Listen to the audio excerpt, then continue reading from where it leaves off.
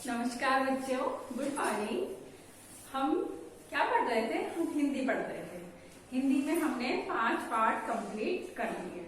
अब हम पढ़ेंगे पार्ट 6। क्या पढ़ेंगे? पार्ट 6, भगवान के डाकिये। क्या पढ़ेंगे?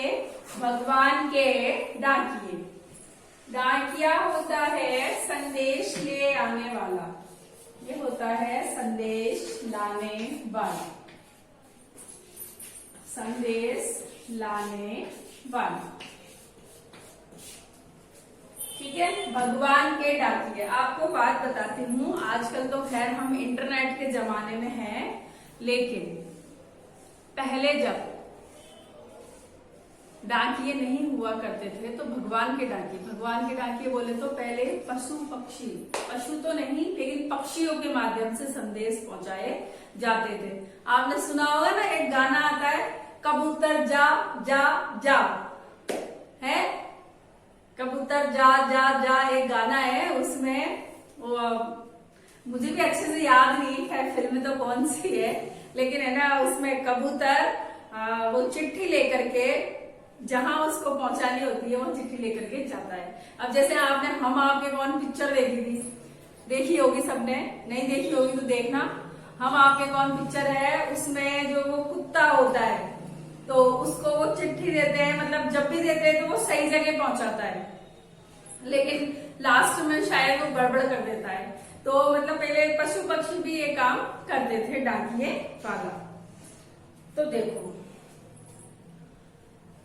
पहले के जमाने में जब हमारे पास अक्षरों का ज्ञान तो था, लेकिन हमें लिखित रूप से संदेश जब भेजना होता था तो बहुत दूरी पर रहते थे। हमारे पास इंटरनेट जैसे मोबाइल नहीं था, है बहुत जल्दी, मतलब ऐसे पास संसाधन नहीं थे हमारे पास कि बहुत जल्दी से जाए, गाड़ी से चले गए, रेल चल रही है, मोटरसाइकिल चल रही है। पहले क्या है, लोग ऊंट गाड़ी, बैलगाड़ी, इनसे यात्रा किया करते थे और पैदल ही चला करते थे। तो जब कोई संदेश पहुंचाना होता था तो क्या करते थे कि जो भी पालतू होता था, जैसे तोता हुआ, चिड़िया हुई, मैना हुई, ये क्या करते थे, इनके गले में वो संदेश लटका देते थे और जहां उसको जाना होता था, क्योंकि पक्षी भी क्या है, अपनी भाषा समझते हैं लेकिन वो बोल नहीं पाते, तो उनको जहां जाना होता था वह उड़ करके उसी स्थान पर जाकर के आते थे और वह संदेश पहुंचा करके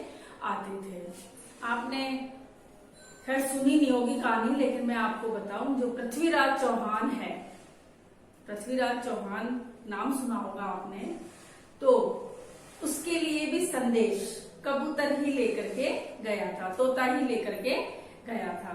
तो ये भगवान के डाकिये होते हैं। किसके डाकिये होते हैं? भगवान के डाकिये होते हैं, जो एक देश से दूसरे देश तक क्या पहुंचाते हैं? संदेश पहुंचाते हैं।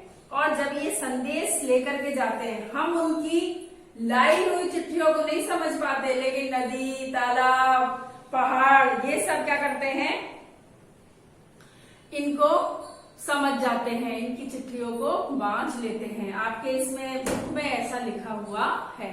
आपके पाठ है भगवान के डाकिये, ठीक है। डाकिया होता है संदेश लाने वाला। आजकल तो खैर संदेश आता ही नहीं, आजकल तो फोन पे बटन दबाओ और संदेश आ जाता है।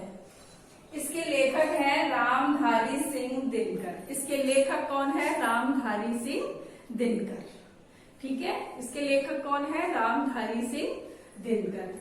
अब आपके जो ये भगवान के डाकिये जो कविता है, भगवान के डाकिये जो आपकी ये कविता है, पक्षी और बादल, पक्षी और बादल, ये भगवान के डाकिये हैं। पक्षी और आकाश के जो बादल है, देखो आकाश में जब बादल मंडराते हैं, बादल तो अपन क्या कहते हैं, बरसात आएगी, है।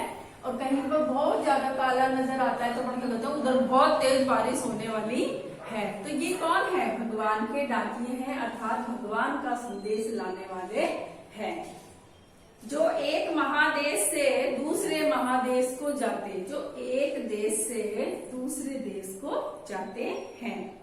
हम तो समझ नहीं पाते हैं, हम तो उनकी बात को समझ नहीं पाते हैं, मगर उनकी लाई चिट्ठियां, मगर जो वो चिट्ठियां लाते हैं उनको पेड़ पौधे, पानी और पहाड़ वो उनको पढ़ लेते हैं।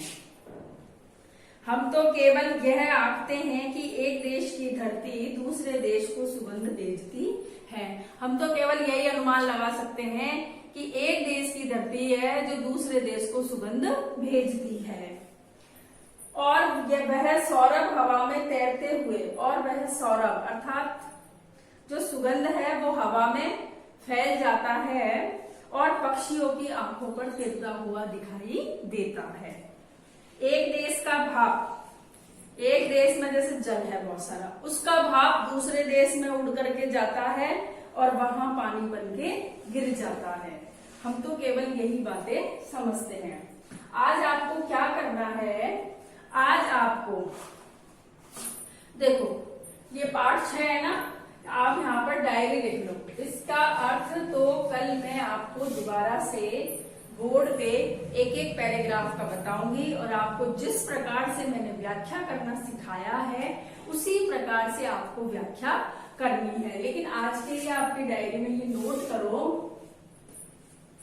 कि पाठ 6 के शब्दार्थ करो व कविता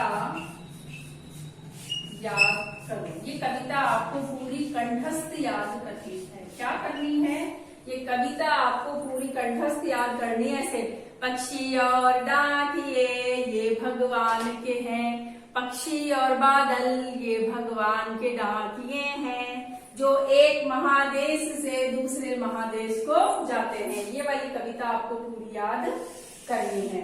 आज मैंने आपको बता दिया भगवान के डाकिए कौन है। भगवान के डाकिए पक्षी और बादल। कौन है, पक्षी और बादल। ये भगवान के संदेश लाने वाले हैं। ठीक है, ये आपको डायरी कंप्लीट करनी है कि पाठ 6 के शब्दार्थ करो वह कविता याद करो। ठीक है, आज के लिए बस इतना ही। अगली क्लास में फिर मिलेंगे। आज आपको ये कविता कंठस्थ याद करनी है और इसके शब्दार्थ लिखने हैं और वो भी आपको याद करने हैं। बाकी जो भी होगा वो कल की क्लास में हम पढ़ेंगे। यहाँ मैं आपको इनका अर्थ बताऊंगी, तो जैसे मैंने आपको बताई वैसे आपको व्याख्या करनी है। आज के लिए बस इतना ही।